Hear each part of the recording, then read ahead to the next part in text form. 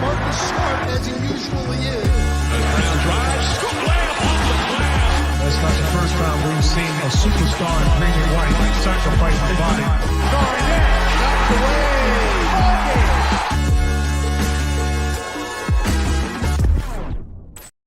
Welcome into First to the Floor. Ben Vallis here. Thank you for joining us. Hope you're doing well. Alongside me, as he often is, it's Mr. Wayne Spooney. Spoons, how you doing, man?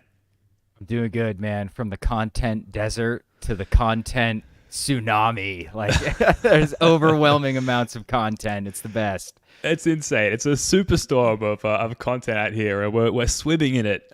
Look, we've got a lot to get to, so let's just get straight into it. The Celtics, the preseason game one is in 3 days. We'll be doing the countdown. It feels like, I think we started in, triple figure days. We've got 3 days to go. We are going to be hosting a live watch party, playback.tv/first to the floor. So sign up to our playback room if you haven't already.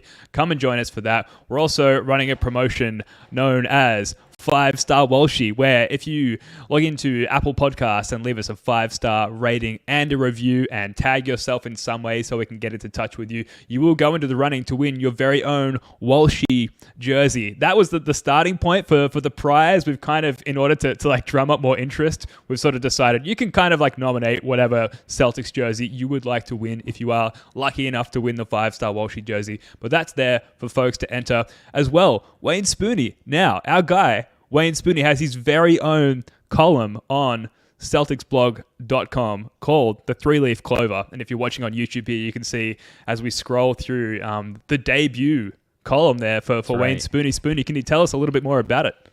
Yeah, so if you've read anything I've written, I have a tendency to run a little long, I would say. That's probably fair.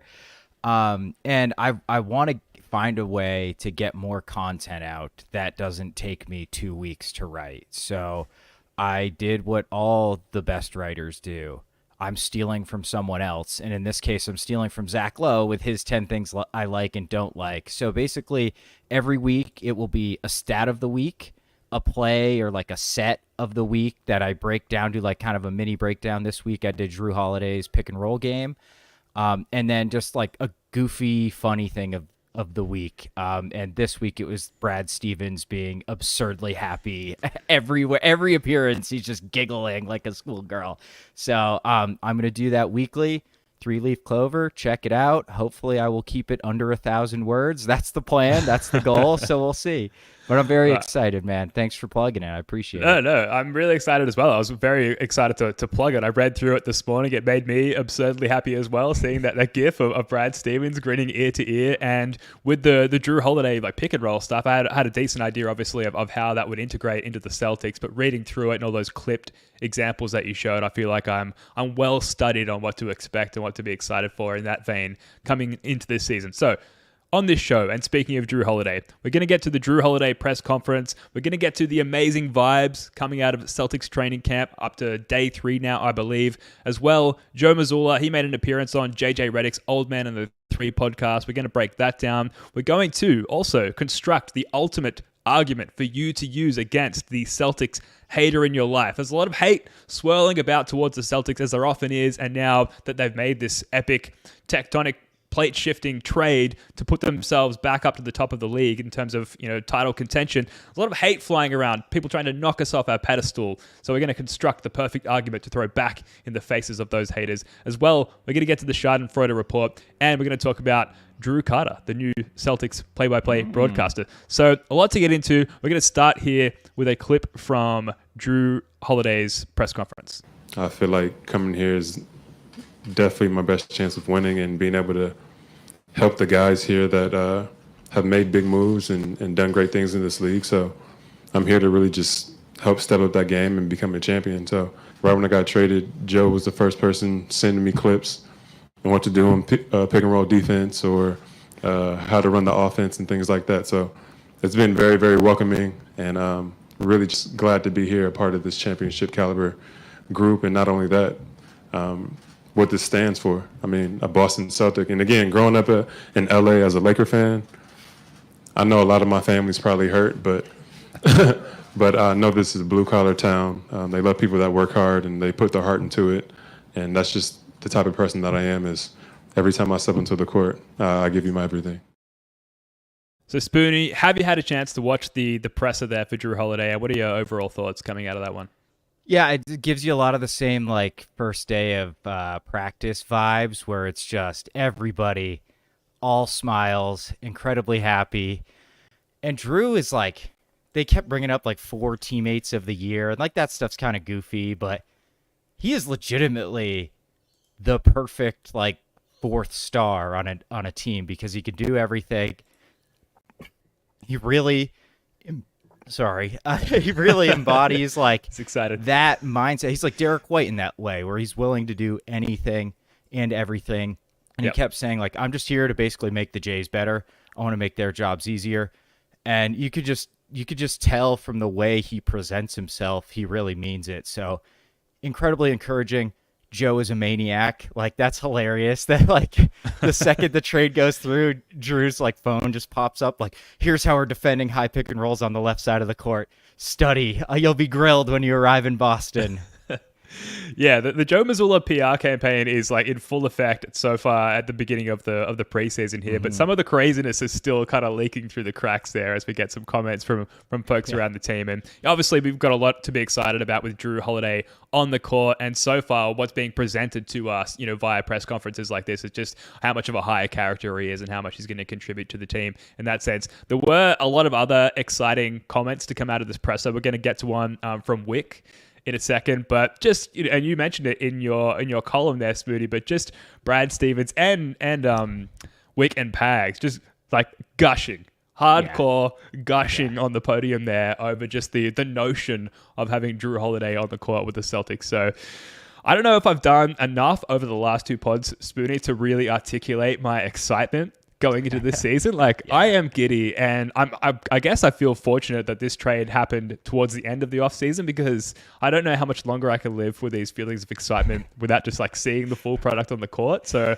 I'm glad they waited till late in the day to do that, because like there's only so much I can handle. Let's get to that clip from Wyc Grousbeck. I always say it incorrectly.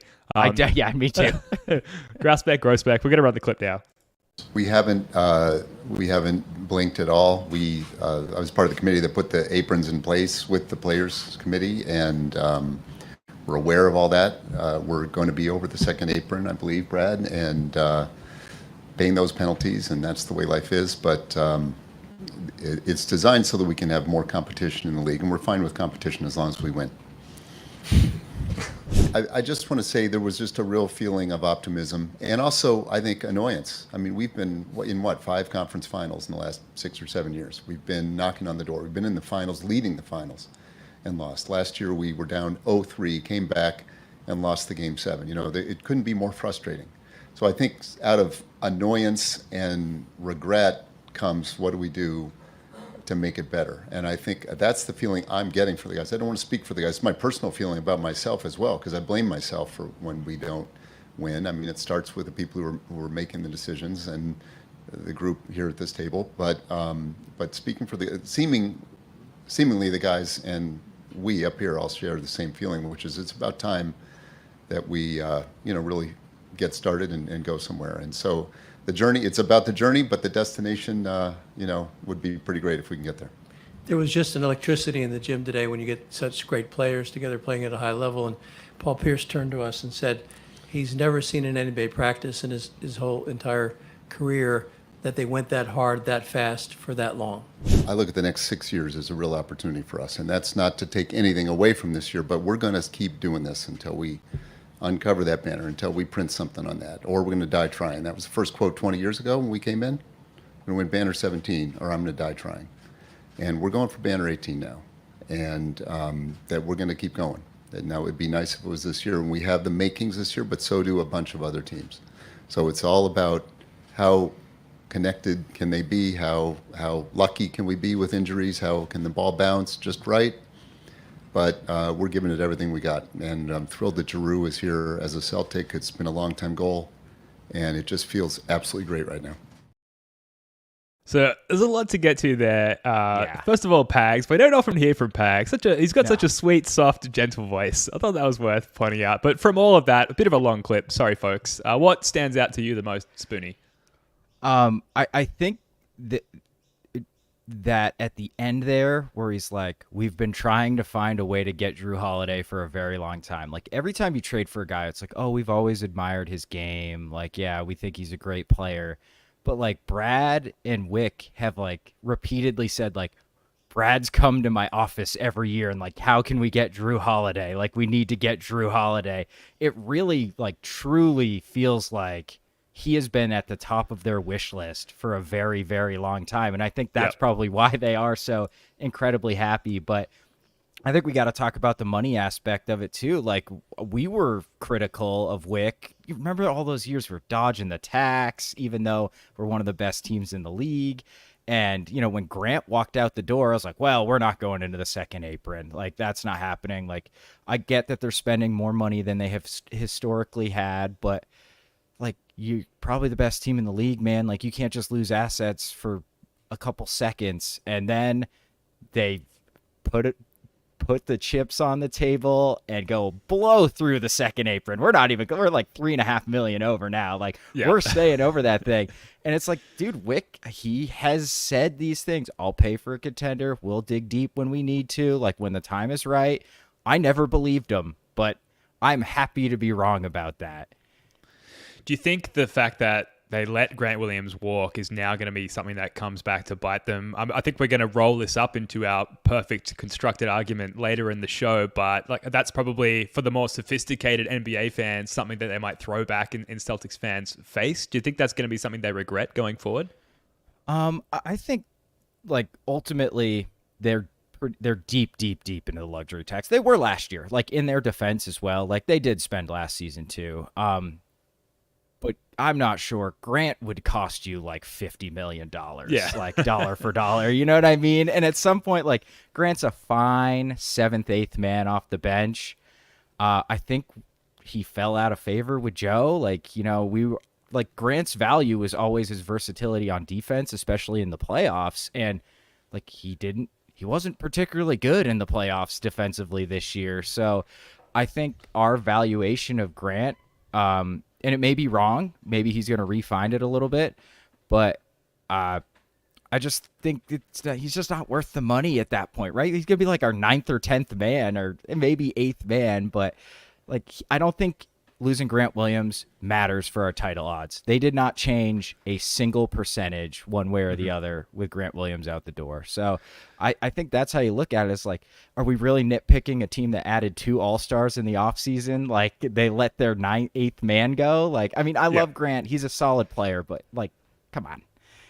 Yeah, and if either of us seemed a little distracted in the last 30 seconds, it's because Joe, our New Zealand correspondent, was sending us some serious anti-Embiid stuff in our Slack there. So shout out to Joe, and we'll get to that in the Schadenfreude report in a little bit. The other notable quote is from Wyc. I look at the next 6 years as a real opportunity for us, et cetera, et cetera.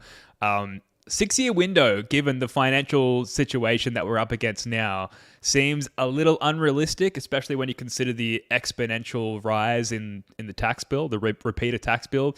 I suppose the way of looking at that is, and John Corrales talked about this on his podcast yesterday, so I want to be careful not to just completely repeat what he said, but essentially like 1 or 2 years of this iteration of the team, and then 4-ish years of whatever a like Jason Tatum Supermax contract extension Celtics looks like. That's the I guess the best and one of the most positive takeaways is like no matter how bad things get financially or otherwise for the Celtics in the next year or two, we're going to re-sign Jason Tatum and he's going to commit long term. If that falls apart in year 3, 4, 5 of that contract, that's a bridge we'll cross when we come to it. But sort of worst case scenario is that the best player among all of these awesome players we have on the team, we have secured long term. So I think that's what Wyc was getting at there. What do you think? Yeah, I totally agree. I think another thing is that there's about to be a new TV deal, and it is going to be absolutely massive. And the salary cap is tied directly to the revenue that the league brings in. So the cap is going to go up a lot year over year over the next few years. And the value of the Celtics and every NBA franchise is going to go up. So there's just going to be a lot more money flying around. Like Jalen's Supermax seems insane right now. It's going to be nothing in like 4 years. Like when he's coming off that contract, like it's going to be like the 25th highest paid player in the league. Like it's going to get bananas here in a couple years. So I think that's another way to look at it, is like you lock in this core on these huge, what feels like huge contracts, but over time, they're not going to seem as bad. And like Jrue's older, right? Like he's not going to be here for 6 years. So I think you're spot on. He's basically saying we have Tatum for at least 6 years and we're always going to be in the mix, basically no matter who we surround Jason Tatum with.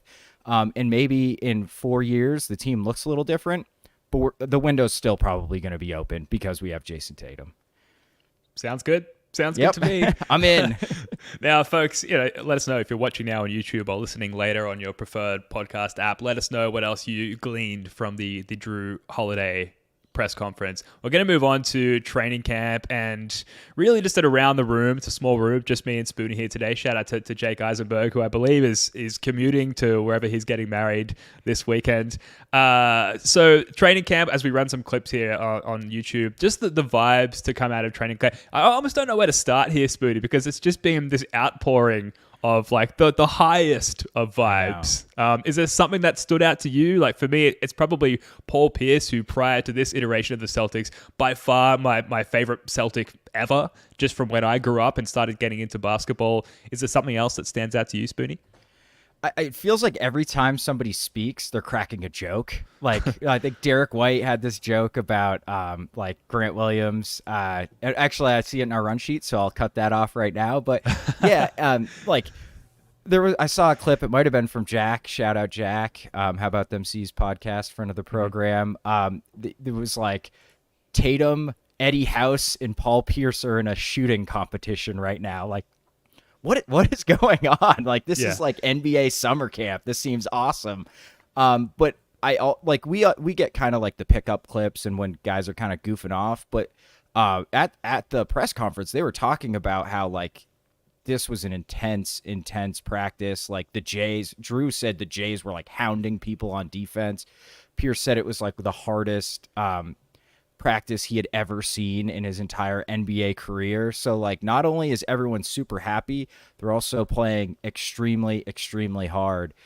Like they know what the task is. There is one goal this season. You do not go all in like this without a singular goal, and everybody understands they'll probably have to sacrifice role considering all the talent, and they're okay with it. Like this locker room is just prepared to do absolutely whatever it takes, no matter what, to win a title. And I think that just comes through with all these clips and everyone seeming so happy. And then at the same time being like, we're happy, but the second the ball gets bounced, like we're hounding each other and going balls to the wall.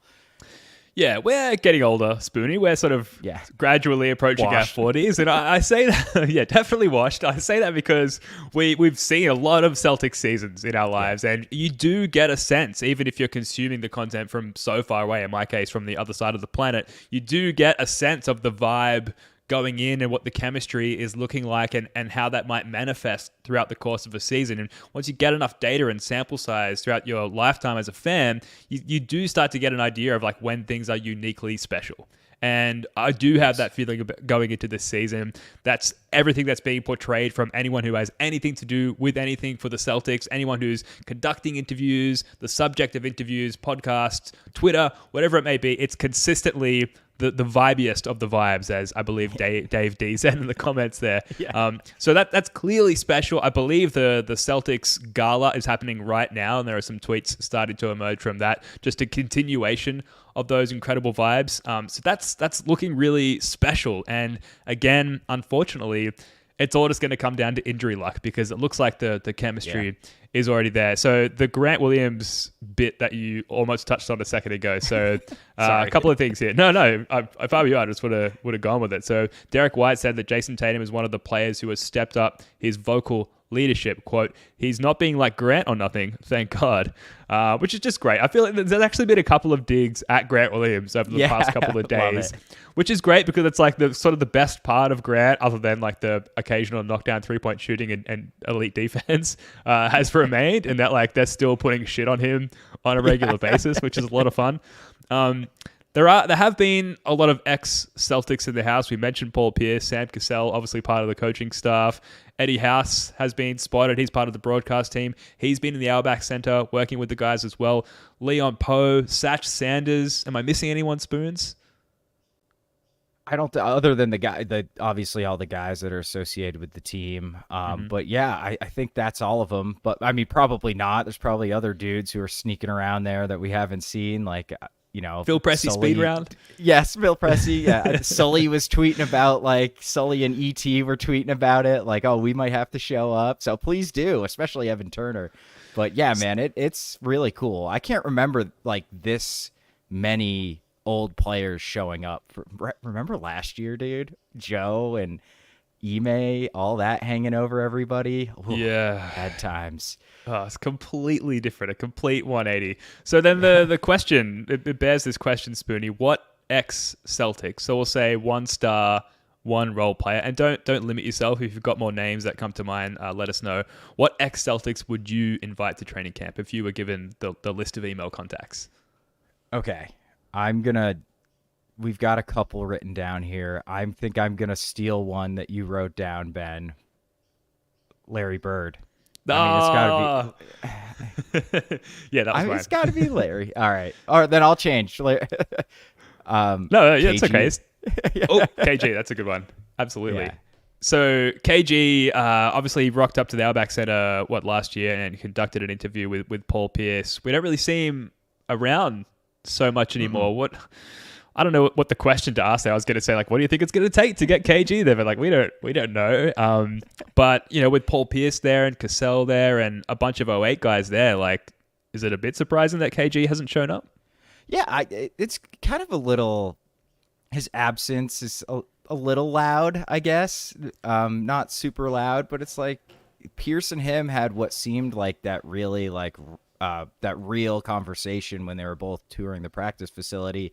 And Pierce was like, dude, just show up. They want you around. They want you around. And it seemed like KG was really, really into it. And he's not showing up, but he's doing a lot of media, man. Like he's becoming a media mogul. He's got all these shows he's on. He's streaming on YouTube all the time.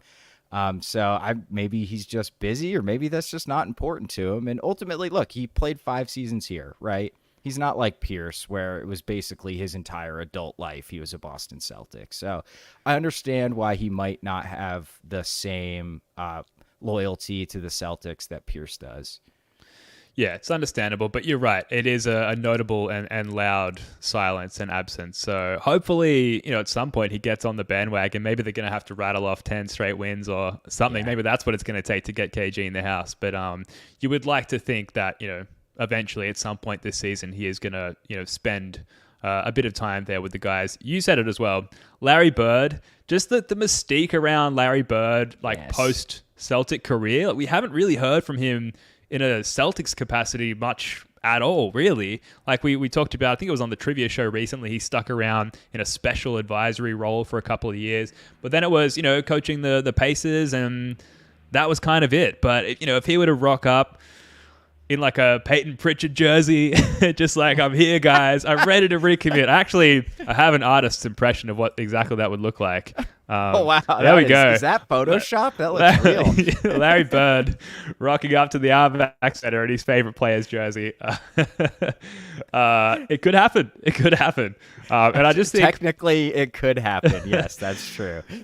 For the guys on the team, for Larry Bird to rock up, though, I feel like as much as they've probably already had this feeling, particularly the younger guys, for Larry Bird to rock up, they'd be like, holy shit. Like, something special is happening here. I get the impression, and I mean this in a very positive, good way. It seems like Pierce is perceived as like a peer, like a friend almost. And Bird is just like, he's just legendary. He is literally a living legend, Larry Legend. He's the only guy to win, or one of the only guys to win MVP, Coach of the Year, and Executive of the Year. He is an all-time ball knower. Like, he knows the NBA inside and out, and he's like, basically the city still like celebrates him every chance they get. So he just has like a different aura about him that not many people have. It was like him and Russell. were like the two guys of Celtics basketball. And Pierce was awesome. He is my Larry Bird just because of our age, but he doesn't touch Larry as far as mystique goes. No, basically nobody does. Yeah, I feel like Dave Cowens could rock up and they'd be like, "I'm sorry, like, are you lost? Like, who are you?" I didn't get did I call it Uber? Yeah. One other player before we get to role players, Isaiah Thomas. Like, is it finally time? And I'm not even talking about it in a playing capacity. Just like, give your energy to the players. Rock up and share some of your stories and some of your experience about being the man in Boston. Now, well and truly, an era ago. Is it still too soon in the day, Spoonie, or do you think there'd be something in IT rocking up and spending some time with the guys? I have never met Isaiah Thomas, but I'm of the opinion that IT's presence anywhere makes it a more positive experience. Like, everyone seems to absolutely love that dude. And like, if you just look at his tweets, like, he's so humble, he's so appreciative. Like, he'll randomly, like, if somebody tweets, I think somebody on Celtics blog wrote something about him recently, and he like retweeted it and was like, I love this city. This city's always showing me love. Like, dude, if IT walked in there, like, come on, everybody would have a huge great. Brad would get giddy as hell. I agree. As if he couldn't get any more giddy as it is. Right. What about role players before we move on? What role players would you invite to Celtics camp? Okay, he was not a Celtic for a very long time, but he was an integral part of the '08 championship team. I would have said Eddie House, but he's already there. So James Posey, like, role player, we talked a little bit about like sacrifice, and there's so many mouths to feed on this team. Like, you're going to have to take a smaller role. Posey was like the consummate role player, gave it his all on both ends, made big shots, was great in the playoffs when he needed to be. So I would love for Posey to show up. I have no idea if he is canceled, if he has done something bad, because please ignore this. I was going to say Walter McCarty, and I was like, I feel like something happened with Walter McCarty. Yeah, he had a huge sexual assault scandal at the college he was coaching. So sorry, Walter. Yeah, it's not you, buddy, and I'm glad I looked that up before the show. But yeah, as long as Posey's not canceled, that's my pick. Just Googling James Posey canceled. Posey suspended 1 game for a flagrant foul. I think that's the top article. Yeah, that's what we like, saved. baby. It's from 2006. Yeah, James Posey. That's pending any research that we haven't uncovered yet. An excellent selection, Spoonie. Well done. Thank you. I fully agree. There is something to be said for a role player. I suppose we're getting this with Cassell and Eddie House, but the team is majority is made up of role players, right? There's more role players than stars on the team. So to get some veteran role player voices and leadership and guidance in that sense, I think would be really useful to the guys. I put Jonas Jerebko just because I think, we talked about this before we went on air, Spoonie, but like, yes, Satch Sanders, Dave Cowens, even Larry Bird, like, I do think there is a generational cutoff in terms of like what will strike a chord with the guys. And I think the threshold really is the '08 team. I think if you go back any further than that, a little bit, they're going to be like, sorry, like, you were playing before I was born. I understand, like, you contributed to the franchise. Maybe your jersey is up in the rafters, but like, I don't really know who you are. And therefore, for what we need from some of you guys right now, I don't think you're going to be able to give it to us. And so therefore we're looking from '08 and onwards, and looking through the '08 roster, it kind of dries up pretty quickly as far as like who you would want to bring on board. So Jerebko, I guess because he was part of the Brad Stevens system and he was a role player, and, he had to sort of just eat when he could as far as like, shots per game and touches and things like that. He was a fan favorite. He did have a pretty spicy cup of tea with the team. And so, I don't know, maybe he'll rock up and they'll be like, I'm sorry, like, Jonas, you do not belong here. And maybe it speaks to more like where my fandom has peaked in my life. Yeah. But to me, Jerebko, I think he could offer a useful voice. I feel like that one's going to get shut down in the chat. So folks, let us know what you think. Escort this man out. He was not invited. Get Jonas out of here. No, I love Jerebko.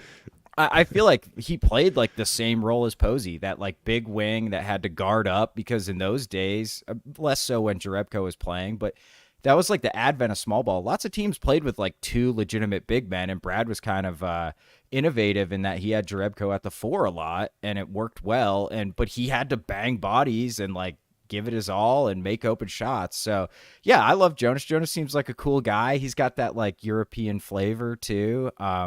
So yeah, good pick. Handsome dude too. That never hurts, right? When you roll up, so, Yeah. the average handsomeness of the team helps. Yeah, I guess. Yeah, skip to the front of the line. Kyle in the chat is saying Luke Harangody, which I have great memories of Luke Harangody as sort of like a bull in the china shop kind of thing, as starting at the 4 there next to an older KG. Luke Harangody, I don't know if they're going to let him into the facility. There might be an equipment manager role that he can temp for, but I don't think he fits the bill here. Anything else on players to invite to camp, Spoonie, before we move on? Tyler Zeller, got to have Zeldog back in the building. Zeldog. You have one more, don't you, Ben? Yes, thank you. So I'm trying to skip through everything because we've got so much to get to in an hour. I'm sorry. And Jordan Crawford. That's the name. And he really skirts the boundary between like incredible superstar and role player. So I didn't know really which category to put him in. I think he actually might be too hot, too cool for school. He might be a little bit intimidating of a presence to have around the guys. He might dwarf guys like Jason Tatum in terms of superstardom and just overall like presence and panache. So I think it's a risky move to bring in Jordan Crawford. He might be a little too hot of a ticket. That's what we always said about Jordan Crawford, the league leader in panache. That's right. All right, we're going to take a very quick break to hear a word from our sponsor, FanDuel. Snap into action this NFL season with FanDuel, America's #1 sportsbook. Right now, new customers get $200 in bonus bets guaranteed when you place a $5 bet. That's $200 in bonus bets, win or lose. If you've been thinking about joining FanDuel, there's no better time to get in on the action. The app is so easy to use. There's a wide range of betting options, including spreads, player props, over-unders, and more. So visit FanDuel.com/Boston and kick off the NFL season. FanDuel, official partner of the NFL. Thanks to FanDuel. Thanks to CLNS for presenting the First of the Floor podcast. Spoonie, should I keep filibustering? Have you found an NFL bet for us? I have, but I'm a complete moron and didn't realize it's the Thursday night game, which is currently started. Okay. But hey, it's never too late to live bet if you're listening live. The Washington Commanders were -6 to start the game. They are losing 7-0, so great start. But I bet that line has creeped to like even or Commanders +1. They're a better team than the Bears. The Bears are absolutely terrible. So if you are if you are listening live, go hit it, man, responsibly. And if you're listening tomorrow, you can laugh at me because I get every bet I give out wrong. So there we go. All right. Commanders minus whatever plus whatever they are right now. There we go. Nice. All right. Thanks for that, Spoonie. Yeah, nailed it. Yeah, as always. Yeah. Joe Mazzulla. We talked about the Joe Mazzulla PR campaign, the glowing PR campaign. He must have hired some new PR people around him, and they're doing an incredible job. And he made an appearance, and I guess the appearance on the pod was a couple of weeks ago because it was before the Jrue Holiday acquisition. Made an appearance on the Old Man and the Three, the JJ Reddick podcast. Did you get an opportunity to catch this? I think it's the best piece of Celtics content going around at the moment, aside from this show. Yes. Yeah, I listened to it throughout the day today. I completely agree. It was awesome. Joe seems like an entirely different person. It's like incredible. Yeah, we've got a little clip here to run with Joe talking about the timeouts issue from last year and how he might adjust this year. We'll run that and we'll talk about it some. The only label I care about is what my players say and my family. And so I don't care about what the labels are. What I don't want is A, the players to believe them, and B, to coach a certain way to where the players don't believe in what my philosophy is. And so, you take an example of something that may happen in a game, and I'm sure we'll bring it up, or it's like, I'm labeled as the coach that doesn't call a timeout. We're going to talk about this. I figured you were, so I might as well, I beat you to it. Right. And I'll tell you what, like I stand by my philosophy. Where I have to get better at is the organization of my philosophy. And that's where I didn't have time as a coach. And so I still believe in certain situations, a timeout is not the best decision. Where I wasn't good at as a coach was organizing my team properly to take advantage of that situation. I didn't teach the philosophy well enough. I had the philosophy, but I didn't teach it well. And so the narrative doesn't bother me. What bothers me is I didn't do a good job of putting our players in the best possible position to succeed. And that's a goal of mine heading into the season is like, okay, I've had 1 year, I've built some philosophies, but now I got to double down on my teaching. So within the context of last year and everything that happened and how we came to know Joe and all of his flaws, that's everything and more. It's exactly what I want to hear come out of his mouth. Thoughts on that one, Spoons? Yeah, I think it's people may not like his philosophy, but you don't want a coach who's like waffling and doesn't have a set philosophy, right? And I think the way he addressed it was like so mature, so humble. Like it takes a special type of person to be that successful and be that self-aware of your own faults and your own failings. And like, I just love the way he put it. Like I didn't do a good enough job of communicating my philosophy to my team and taking advantage of what I believe that philosophy gives us. So I don't expect him to be the timeout guy this year. I think he will still be the no timeout coach, but at times I've defended him for that. I think that like you can gain an advantage without taking timeouts, like especially at the end of games. It can give you an advantage. It can keep bad defenders on the floor. There's reasons to do it. There's reasons to take one. So it's incredibly, it's just really encouraging to see him understand the ways in which he needs to get better, but within the context of like, I know what I want my team to do. Now I just need to get them to do it better, which I mean, that's a perfect answer, really. Yeah. And so if all goes well for Joe there, what we should expect on the court this season is less occurrences of no timeouts being disappointing or a letdown to fans, where we finish up the game thinking that was the right decision not to call a timeout there. And the reason for that will be because the guys on the court, the players, will execute Joe's philosophy better. So that makes a lot of sense in theory. Like, can he get that to stick with the guys? Can he get them to buy into like, no, man, like, you know, we were tired and we really needed a moment to organize ourselves. That remains to be seen. But at least for him to articulate it in that way and do it so confidently and clearly, that helps us sort of compartmentalize a lot of the gripes that we've had with him over the last year or so. So it almost feels like closure. Like there's some reasoning behind all those frustrating no timeouts rather, last year, and it helps us sort of tie a bow on that and move on. Other takeaways from the podcast was that, you know, he mentioned that he's a huge introvert, and I think that also puts into light, you know, some of the, I don't want to say cringeworthy, but like unpalatable, awkward, like press appearances and post-game podium appearances that he had after the game. And he said that he used to take the service elevator to get directly to the film room, and he's had to evolve his character, obviously, as part of being the head coach of the Boston Celtics. He's really had to evolve his character to grow out of that state of mind. And I just think in general, there was just this really endearing admission of a series of faults that we've grown to know about him, and the fact that he's like the first to admit that, and he's so incredibly self-aware of that, I just thought was really endearing. So really good to see, and I'm confident and excited about year 2 Joe Mazzulla. Yeah, I thought it was interesting where he was like, it was shocking to me to show up one day at work and all of a sudden every single person in the building cares what I have to say, when like 2 days before nobody gave a crap about me at all, essentially.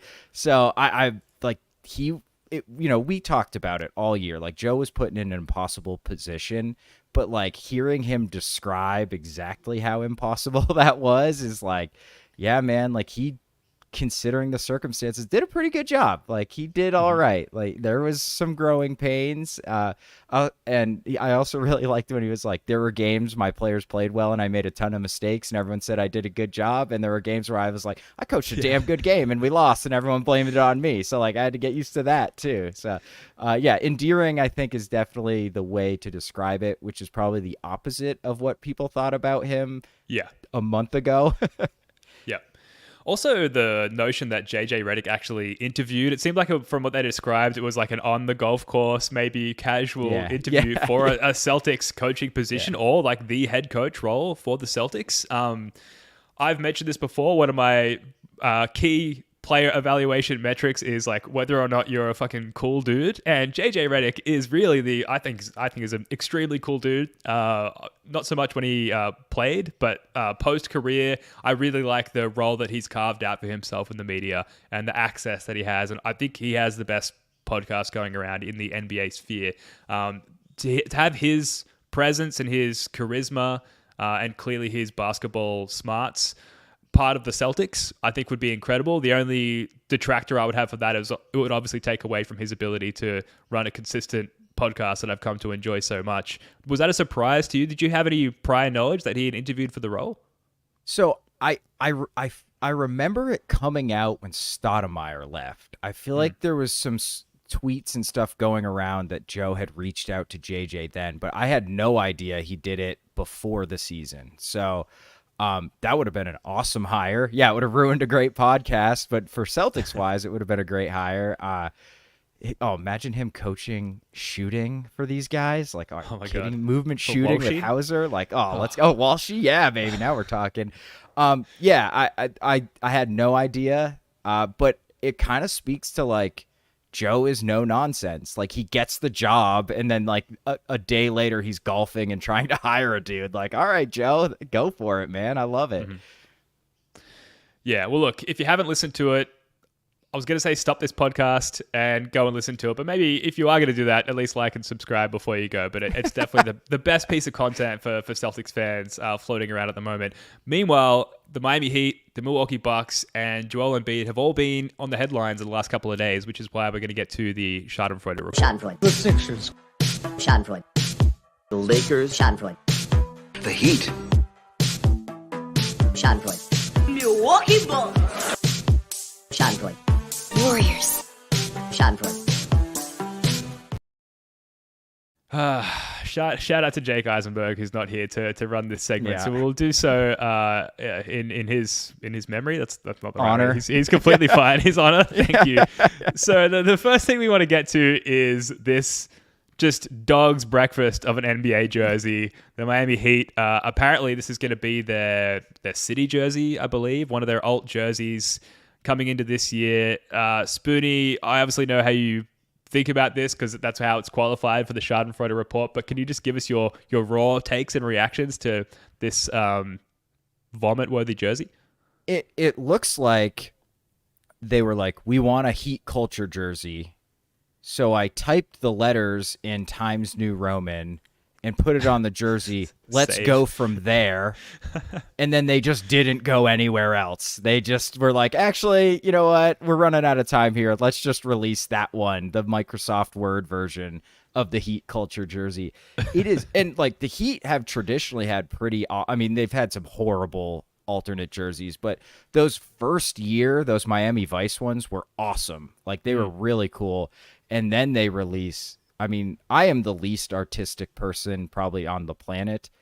I could make a better jersey than that. And that is a crazy insult. I could go out, like, drink a bunch of beers, have a late night kebab, and then just vomit all down the front of my shirt and make a better jersey than this. It's terrible. It's so bad. And then, like, just getting away from the design aspects of it. Heat culture, So lame. being anything other than like literally the culture within the organization. As soon as it became a meme, it became extremely cringeworthy, I think. So the fact that it's now manifested and maybe this is the end point of Heat culture is that the final ending point has been this dog shit jersey. Then that's great and a huge piece of Schadenfreude for us. And we're going to keep zipping through here because we're going to try and get everything done in under an hour. Eric Name tweeted, and I really wish I had a bigger version of this tweet that I could read off of. I've got it up on screen here for folks watching on YouTube. But Eric Name is I guess a beat writer for the Milwaukee Bucks, and he had some interesting information coming out of the first few days of Bucks training camp. And I've just got a couple of dot points here. Chris Middleton not currently practicing like properly 5-on-5 scrimmaging with the team at all. Now, we want to be careful here because the Schadenfreude report, we don't celebrate injuries. That's where we draw the line because that brings about, bad karma, bad juju. It's not the done thing. It's not the gentlemanly fandom thing to do. So we're not celebrating an injury here, but just it's notable that perhaps he's not quite as ready for the season as had otherwise been reported. So that's one point. Adrian Griffin also blew off a question about whether Middleton will be ready by opening night, which is concerning. Also, Dame and Giannis did not practice yesterday. Dame because he hasn't been ramping up or conditioning since knowing he'd be traded. And as to why Giannis didn't practice, we don't know. But it's just interesting given the rivalry that we've sort of defaulted to after both of those trades. So I don't know, Spoonie, if you're a Bucks fan there, you're pretty concerned, right? Yeah, it's sad news about Middleton. I want him to come back, and I want to destroy them with a healthy Chris Middleton. I think look, man, like he's been really banged up the last couple years. Like this could be heading to a place where he's not an NBA player for much longer, which would suck. He seems like a great dude. But Dame Lillard, what are you just not working out? Because you're gonna get traded to an NBA. You're gonna be expected to play NBA basketball when you get traded, dude. Like, what are you thinking? Like, and he's the dude who's always like grind set, grind mind. Like, I'm up at 6 a.m. working out and going crazy. Yeah. Like, you're out of shit. What are you, James Harden, Dame Lillard? What is going on here, man? That took me so off guard. I figured he'd be completely ready to go. So very bizarre. I will celebrate that because that is something well within his control. And look, hey, I bet you Jrue Holiday's ready to go. In fact, he already practiced, and everybody said he was a complete dog in practice and like stuffing Jaylen Brown. So maybe we got the better end of that deal. I don't know. We'll see. Probably not, but. Yeah, and I just want to make sure, and to circle back on kind of the angle you were taking there, Spoonie, like it's not about celebrating injuries, but the Bucks have been hyping themselves up quite a bit, somewhat understandably so, since the trade, and it's like, hang on a second, suddenly maybe things aren't as they originally appeared with you guys. So at least worth bringing up in this segment. The other thing I wanted to ask you, Spoonie, before we move on, Joel Embiid committed earlier today to play Olympic basketball, not for Cameroon, not for France, but for the United States of America. I ask you being the resident American on this show about an American basketball team, how do you feel about Joel Embiid's commitment to the USA?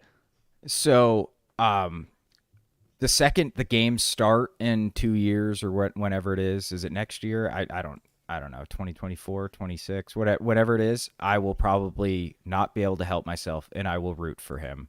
Oh, man. But right now, in this moment, I'm unable to put my hate aside for Joel Embiid, and I wish he had gone to a different country so we could beat him in the Olympics, because there's not much better than beating Joel Embiid. But I know myself. I know the second the games start, I'm going to be like, oh, pick and roll with Tatum and Embiid. That's sick, So, I know. Right now it sounds disgusting, but I will be amped when the games start. Well, lucky for me, the Boomers are still in with a chance to beat Joel Embiid and LeBron James and Jason Tatum. And, oh, my God, just saying those names out loud is extremely terrifying for all other nations. So that's going to be interesting to see. All right. We wanted to take some time to construct the ultimate, most succinct argument possible for you to have in the holster, ready to deploy for the Celtics hater in your life. And just to build up some context there, what are the Celtics haters saying? And Spoonie, you'll have to help me with this. So a couple of things. Now that Marcus Smart is gone, he was the heart and soul of the team. We're better off with him on the team instead of Kristaps Porzingis and Jrue Holiday. And obviously, previously, prior to Smart being shipped out, he was like the focal point of all Celtics haters' hatred towards the team. So suddenly they flipped on that, and suddenly we're way worse off now that Smart is not on the team. Go figure. As well, here's what else they're saying. Porzingis might not be able to play in crunch time. Not enough depth on the team. Too injury prone. What else would you add to that from the haters' perspective? Yeah, from the haters' perspective, I want to make that very clear. I think there's a lot of people who do not think Jason Tatum is good enough to be the number one on a championship team. I think the clip of Jaylen Brown dribbling with his left hand was ill-timed. Jaylen still can't go left. Yeah, Tatum's not good enough. He's a chucker. But yeah, I think that's just about all of them. The depth thing, and I would say KP injuries are probably the two big ones I've seen the most, though. So let's rattle through the points to argue against that, as my dog is starting to lose it in my house. Apologies for that. I'm going to mute myself, I think, Spoonie, while you start to rattle off the argument. And then what we're going to do is we're going to clip it all together in the most succinct way possible and post it on our Twitter and Instagram so that you, the fan out there, has the most succinct, shortened possible argument to throw back in the face of the haters. So what are your argument points here, Spoonie? Okay, the Celtics, per cleaning the glass, were the number 1 team in the league by net rating. They won 57 games. They had the 4th best offense, the 3rd best defense, and the 2nd best net rating in the playoffs, other than the Denver Nuggets. The faults, late game offense, lack of a defensive curveball, not enough ways to play defense at a high level. Late game offense. They just traded for Kristaps Porzingis and Jrue Holiday. And Jrue mentioned in his press conference that Joe Mazzulla said he wants me to do everything, but he also told me he wants me to control the game at times, especially late in games.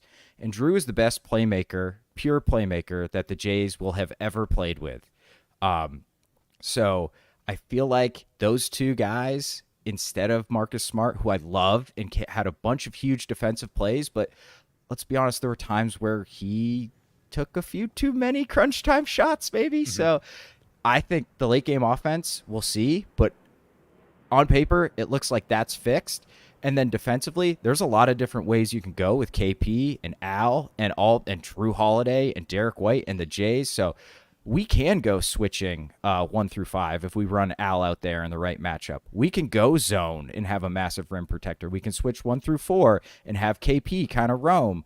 We can play sort of that drop coverage that we would probably see a lot of. So we've got curveballs on that end. We've got curveballs all over the place on offense. And then you could just rattle off the starting lineup: Jrue Holiday, Derek White, Jason Tatum, Jaylen Brown, and Kristaps Porzingis.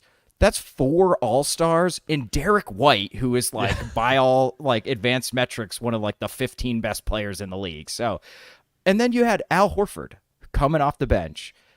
And depth does not matter in the playoffs. It just doesn't. Every team goes 7.5, 8 guys. We've got 6 incredible players and still solid guys. I trust Hauser to give us 10, 15 minutes in the playoffs. I trust Pritchard to give us 8 minutes in the playoffs, and then you never know what you're going to get. Brissett's could be solid. Walshy maybe takes a step up. So essentially, I think the things that were traditionally have held this version of the Celtics back, the additions of Jrue and KP and Mazzulla getting more experience, I think we're set to cure them all. Yeah, I think for me the biggest takeaway there is just the complementary pieces to the Jays and the spacing that affords them. And don't worry, we're gonna cut this up and provide the succinct version of it via social media, something that you can commit to memory and have ready to deploy against the haters in your life. But I mean, you've got the stats here to back it up, Spooner. Those cleaning the glass numbers that you pulled. Really, it's the best package of players that we've had around the Jays ever, and not just in terms of the most talented players, but really the most complementary skill sets as well. I think is the most important piece. And then all the different types of defense that we can play, which you mentioned, and the fact that we've got 2 of the best perimeter screen navigators in the entire world, in the entire league, as our starting 1 and 2. It's extremely spicy the way that we can attack teams on both ends of the floor. So, like I said, I look, to be honest, very distracted by my dog barking at the beginning of this segment, but we are going to package all of that up and put it out on social. So if you're not subscribed to First of the Floor or Wayne Spooney on Twitter, make sure that you are. All right. One more thing to wrap up on here. I think we're going to stay within an hour. This is very good. I'm very excited by this. We got this. The Celtics, or NBC Sports Boston, I should say, have employed Drew Carter as their new play-by-play announcer. This guy, he's going to be doing road games this year as well as preseason, I believe. So we're going to be fortunate enough to check him out as early as this Sunday night for preseason game 1. Do you know anything about this guy, Spoonie? I tried to sort of find out how old he was, for example, and I couldn't find that information out, but I did glance his LinkedIn profile and I noticed that he graduated high school in 2015, which I think makes him roughly, I don't know, 25-ish, 23-ish. That hurts me. 25-ish. What do you know about Drew Carter so far? What you just told me is everything I know about Drew Carter. I know absolutely nothing. I'm going into this with an open mind. He's got huge shoes to fill. I think there's an air of if they're picking a 25-year-old to be the guy who replaces Mike Gorman, he's probably really, really good because usually you got to grind for a long time to get a job like this. So this guy must be electric. So I'm looking forward to finding that out. Well, fortunately for you and everybody in the chat here and everyone listening later, I have compiled some Jrue Carter highlights, which we're going to run right now. Hi, everybody, and welcome to a chilly SU Soccer Stadium. Jrue Carter alongside Dana Gray. Now, Dana, it's the final game of the regular season, but still a lot riding on this one tonight. Hi, everybody. Welcome inside the Carrier Dome alongside Syracuse legend and the Hall of Famer Ryan Powell. Jrue Carter on hand. And, Ryan, let's dive right in, starting with Syracuse. Mentioned that major bounce back last weekend. After a season-opening loss to Colgate, they robbed Albany 13-5. And the number one reason why? Number one white and orange, Bradley Boyd. We go down the home stretch. NC State starts with a 3-point lead.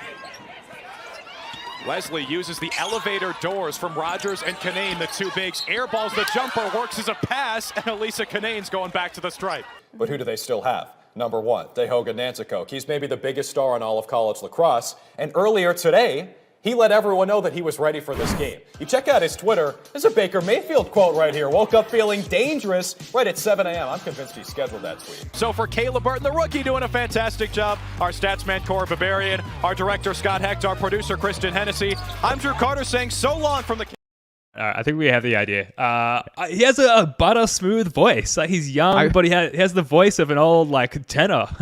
I wish I never saw him because I would think he's like 55 years old with his voice. It is right? bizarre to hear him and see him at the same time. So, but yeah, I mean, he maybe feels a little cookie cutter, but he's a young guy, man. Those clips are from him in like college, right? So he's going to develop his... Yeah, he's going to develop his own personality. He's going to have to figure out how to speak to Scal. I hope he can take a joke or a gruff Scal, I don't know, comment because Scal's full of them. So I'm going to, like I said, I'm going in with an open mind. I mean, Mike has to retire at some point, right? He's not going to be around forever. So I trust that they found the right guy to fill his shoes. Yeah, I'm just reading the comments here. There's a lot of disdain for this young gentleman. I personally very high on the guy. I probably did too much research last night trying to compile all of these clips together for you guys. So I feel like I've got a lot of Jrue Carter experience already, but he does seem to have, for his age at least, a nice combination of humor. He seems to have a good sense of humor, making on-the-fly jokes during the play-by-play, as well as just like good knowledge of the game. Like he called out the elevator doors play in that example that we just showed. So yeah, what it comes down to, you mentioned it, Spooty, huge shoes to fill, and it doesn't matter who we got on, they were never going to hold a candle to Mike Gorman. And so to get someone who's this young and like this much of a prospect, for lack of a better term, it's almost a good thing, because I think hopefully people will cut him a lot of slack for that reason alone and allow him to sort of grow into the role. Then again, from a year's time, we might just be getting Sean Grandy instead of this guy. Who knows? Yeah, I'm surprised it wasn't Grandy. I think I saw some like speculation floating around Twitter that Grandy just loves radio and he wants to keep doing radio. I can't imagine they didn't offer it to him. They had to have offered it to him. So I love Grandy on the radio. He is very much, I used to actually listen to a lot of games on the radio, like either driving or like me and my buddies would kick it and play card games and drink a few beers and listen to the game. So love Grandy on the radio. I would have been very happy with him moving to the TV guy, but ultimately, like, that's his decision, and it sounds like he's the one who made it. So it's the Jrue Carter era, baby. Let's go. Yep. For better or for worse, I will say you heard it here first. Jrue Carter is going to be fucking awesome. Yeah. Believe me when I say that. All right, let's wrap it up there. That's going to do it for this one. Thank you so much for joining us. Whether it's everyone in the chat here on YouTube, shout out to you guys, or if you're listening later, please do us a solid and subscribe to the First to the Floor YouTube channel or on your preferred podcast app. It really helps us out with the algorithm, and it's great for trying to get certain guests on to come on the show as our online clout grows a little bit with your subscriptions. Also, make sure you're signed up for our playback room. The link is in the description, playback.tv/First to the Floor. We're going to be hosting a live watch party for preseason game 1 on Sunday night, and we'll be doing another live podcast shortly after that. Wade, Spoonie, love your work, mate. Everyone go check out Spoonie's column, 3 Leaf Clover, on Celtics blog. Until next time, go Celtics. I